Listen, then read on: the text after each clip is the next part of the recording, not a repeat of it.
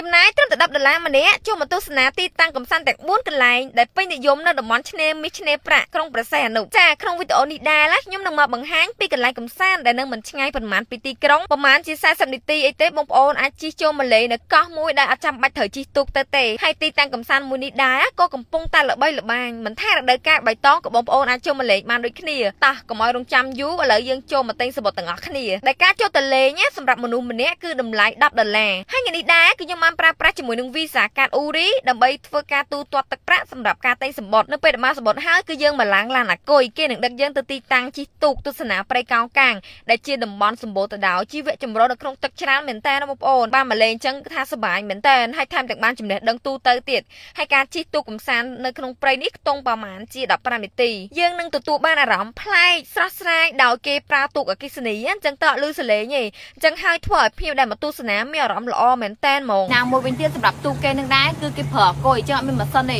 មានអារម្មណ៍ថា relax អត់លឺសូរសំឡេងថ្លង់ដែលយើងមានអារម្មណ៍ថារហដងជិះទូកក៏ថ្លង់អញ្ចឹងណាដល់ពេលអញ្ចឹងទៅអត់លឺសូរសំឡេងរំខានអញ្ចឹងយើងអាចគយគន់ជាមួយនឹងទេសភាពព្រៃកោងកាងស្ដាប់សំឡេងទឹកហូរជាមួយនឹង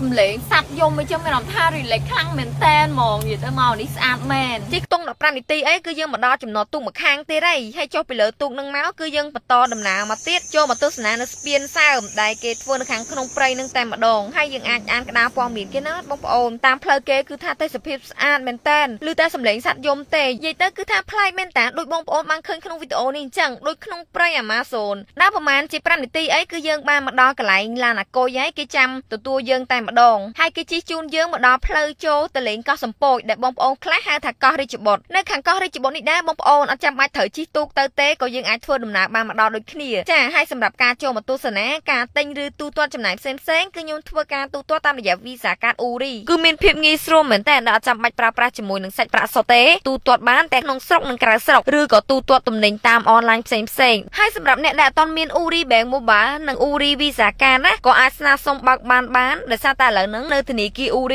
ីកំពុងតែមានប្រូម៉ូសិនសម្រាប់អតិថិជនថ្មីនិងចាស់ដែលបានស្នើប្រើប្រាស់អ៊ូរី Bank Mobile និងអ៊ូរីវីសាកាតជោគជ័យនឹងទទួលបានទឹកប្រាក់$8000រៀលក្នុងកំឡុងពេលប្រូម៉ូសិនដោយអតិថិជនត្រូវធ្វើប្រតិបត្តិការយ៉ាងតិចឲ្យបានម្ដងដែលការផ្ដល់ជូនចាប់ពីថ្ងៃនេះរហូតដល់ថ្ងៃទី31កក្កដា2026ក្រៅពីនេះអ្នកទាំងអស់គ្នាក៏អាចទទួលបានការបញ្ចុះតម្លៃរហូតដល់70%ពីហាងដៃគូសហការជាច្រើនកន្លែងទៀតជាមួយនឹងធនាគារអ៊ូរីហើយយើងក៏អាចរកមើលទីតាំងហាងបាននៅក្នុងអ៊ូរី Bank Mobile ដោយចុចលើ Find Us ជ្រើសរើស Merchant Promotion រួចចុចនៅលើហាងរកមើលសញ្ញា Visa Offer ជាការស្រេចសម្រាប់ព័ត៌មានបន្ថែមទៀតណាអ្នកទាំងអស់គ្នាអាចតាក់ទងទៅកាន់លេខទូរស័ព្ទខាងលើនេះបានឬមួយក៏ឆាតទៅកាន់ Page ផ្លូវការធនាគារអ៊ូរីក៏បានដែរអូមួយវិញទៀតណាអ្នកទាំងអស់គ្នាកុំភ្លេចjoin Telegram ផ្លូវការរបស់ធនាគារអ៊ូរីម្នាក់មួយផងណាដើម្បីមានឱកាសឈ្នះរង្វាន់វត្ថុអនុស្សាវរីយ៍ជារៀងរាល់ខែនិងទទួលបានព័ត៌មានប្រូម៉ូសិនថ្មីៗពីធនាគារអ៊ូរីជាច្រើនទៀតចាហើយនៅខាងកោះរាជបុត្រនេះដែរគឺព័ទ្ធជុំវិញទៅដោយផ្ទាំងថ្មធំហើយក៏មានជាក្តារព័ត៌មានលម្អិតពីថ្មនីមួយៗដែលមានរូបរាងប្លែកៗពីគ្នាដែរបើនិយាយពីបរិយាកាសទេសភាពនៅទីនេះស្អាតអត់ចាញ់កោះផ្សេ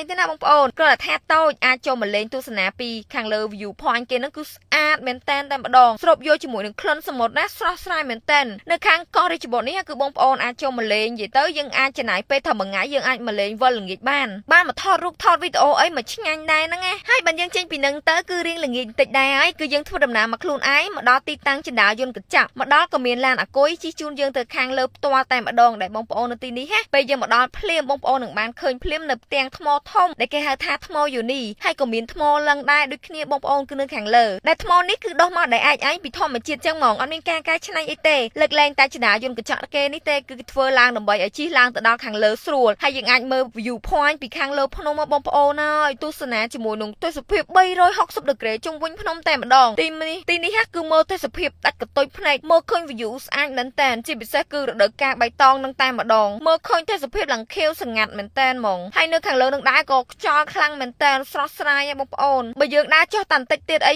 យើងនឹងឃើញមានថ្មឡឹងធំខ្លាំងមែនតើដែលដុសមកដែលឯងតែម្ដងហើយគេរៀបចំឡើងសម្រាប់ទីតាំងភ្ញៀវបានចូលមកទស្សនាអីចឹងណាមានអីបងប្អូនទិញសបុតតែ$10គឺយើងអាចដើរលេងបានពេញមួយថ្ងៃតែម្ដងចាហើយអរគុណសម្រាប់ការទស្សនាវីដេអូតាំងពីដើមដល់ចប់ជួបគ្នាវីដេអូក្រោយទៀតណាបាយបាយ